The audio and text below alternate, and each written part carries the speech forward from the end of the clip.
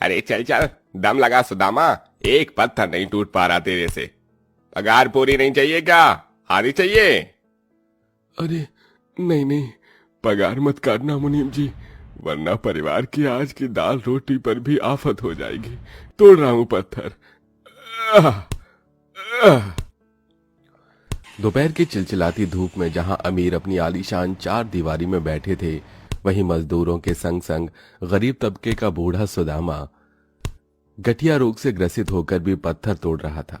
वहीं पतले दुबले कद काठी का दिखने वाला बेटा माधव उस जानलेवा भयंकर गर्मी में भी भट्टी में ईंट पकाकर बनते मकान तक पहुंचाता है। अरे चलो चलो, सब लोग जल्दी जल्दी हाथ चलाओ, आज के आज इस बिल्डिंग का पूरा काम खत्म हो रहा है। अरे ओ माधव, ये क्या 4-4 8-8 ईंट ला रहा है? भर भर कर ला। ला रहा हूं मुनीम जी, वो क्या है ना, आग में से निकालने में हाथ जल रहा है। वाकई माधव के हाथ छाले में लिपटे थे, मगर उसे घर बैठे अपने भूखे परिवार की चिंता लगी थी, जिनके लिए हर हाल में उसे रोटी कमानी थी। देखते देखते सूरज डूब जाता है। तभी मुनीम गरीब मजदूरों को देखाकर नोट झाड़ता हुआ बोला, ए चलो चलो, हो गया काम पूरा, अब सबके सब लाइन में लग जाओ, दिहाड़ी बांटने का टाइम हो गया है। ये ले पप्पू, तेरा 200 रुपया, ये रामा तेरा 150, और ये तुम दोनों बाप बेटे की दिहाड़ी 400 रुपया। बहुत बहुत शुक्रिया मुनीम जी। तभी बूढ़ा सुदामा लाचारी के भाव से बोला, मुनीम जी, हाथ जोड़कर आपसे एक विनती है, हमारे लायक कहीं और काम हो तो बताना। अरे फिलहाल अभी तो ये बिल्डिंग तैयार हो गई, अगर काम आएगा तो बता दूंगा भाई। गर्मी के मौसम में कहाँ उतना काम मिलता है, पहले जितना काम तो रह भी नहीं गया, आबादी इतनी बढ़ रही है, अब क्या किया जा सकता है। थकित श्रमित शरीर लिए वो सड़क पर से चलने लगते हैं, जहां लाइनों में कई गरीब परिवार थे। किसी ने तिरपाल तो किसी ने टेंट डालकर अपना छोटा ठिकाना बनाया था। देश में कितनी गरीबी हो गई है पिताजी, ऐसी धधकती गर्मी में ये लोग कैसे टेंट में रह रहे हैं।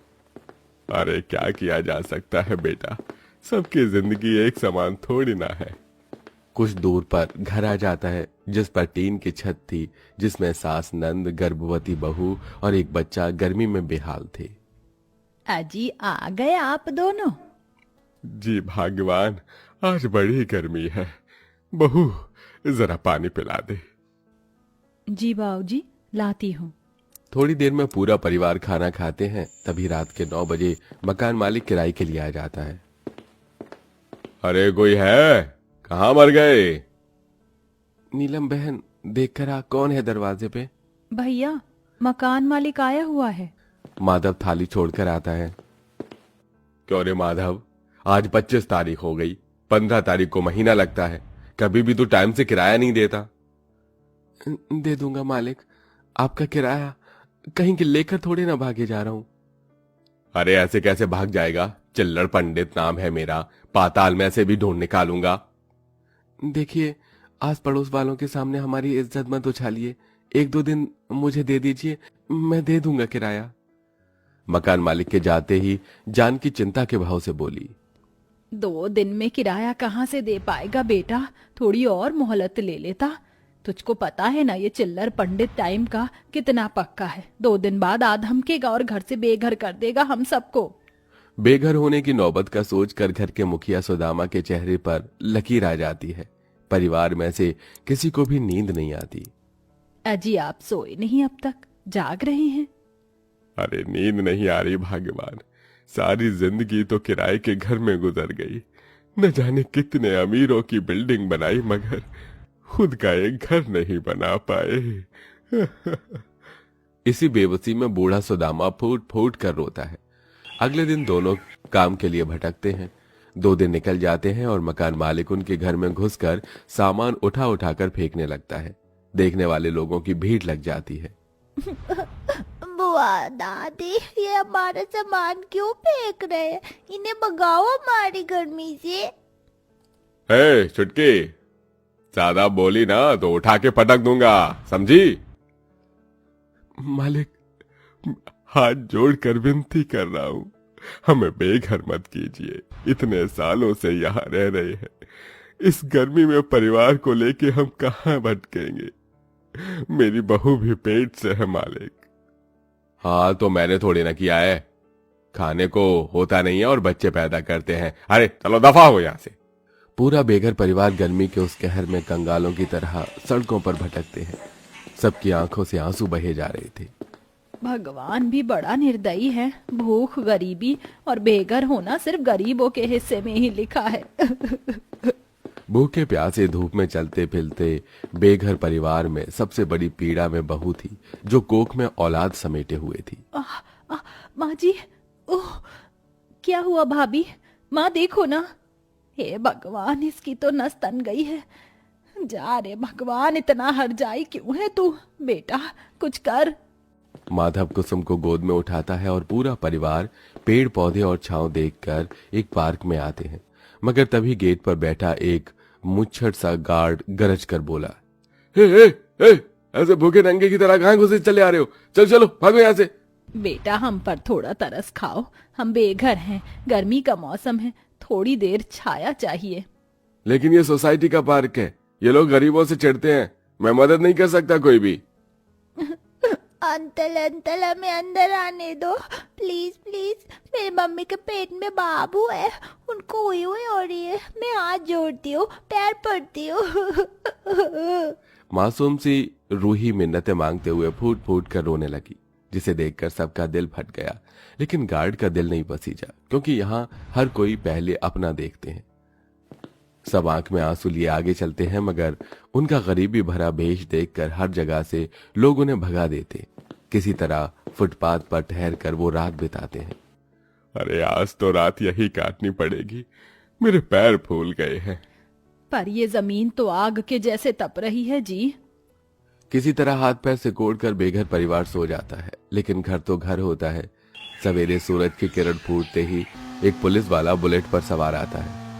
अरे ये देखो, ये गरीब लुच्चे लोग कैसे सड़क पर मौज काट रहे हैं, अभी इनकी नींद हराम करता हूँ। ये कहते हुए निर्दयी पुलिस वाला सबको लाठी मारकर उठाता है। ए चलो चलो उठ जाओ, वरना बजाऊंगा एक लाठी और। वाह, अरे ओ दरोगा बाबू, तुम लोगों की लाठी हम जैसे गरीब बेघर लाचार लोगों पर ही चलती है, कहीं अमीरों पर क्यों नहीं आजमाते हो ये डंडा? असहनी सच सुनकर पुलिस वाला दांत पीसकर एक और लाठी बूढ़ी जानकी की पतली दुबली पीठ पर दे मारता है। जानकी मचल कर रह जाती है। माँ, ओहो। क्यों बुढ़िया, अब लेगी पुलिस वाले से पंगा? हाँ बोल बोल। याद रखना दरोगा, भगवान की लाठी में आवाज नहीं होती। गरीबों को जितना सता लो, वो बैठा हुआ सब देख रहा है। बोल बढ़िया। हाँ ओ बढ़िया, बोलेगी ज्यादा हड्डी तोड़ दूंगा।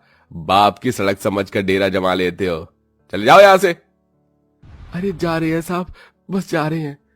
एक बार फिर पूरा परिवार तपती धूप में सफर तय करता है, जहां वे लोग एक बड़े कचरे के कंपाउंड में पहुंच जाते हैं, जहां टेंट ही टेंट के घर बने थे, जिसमें गरीब परिवार बसे हुए थे। अरे वाह दादाजी दादी, ये कैसे घर है?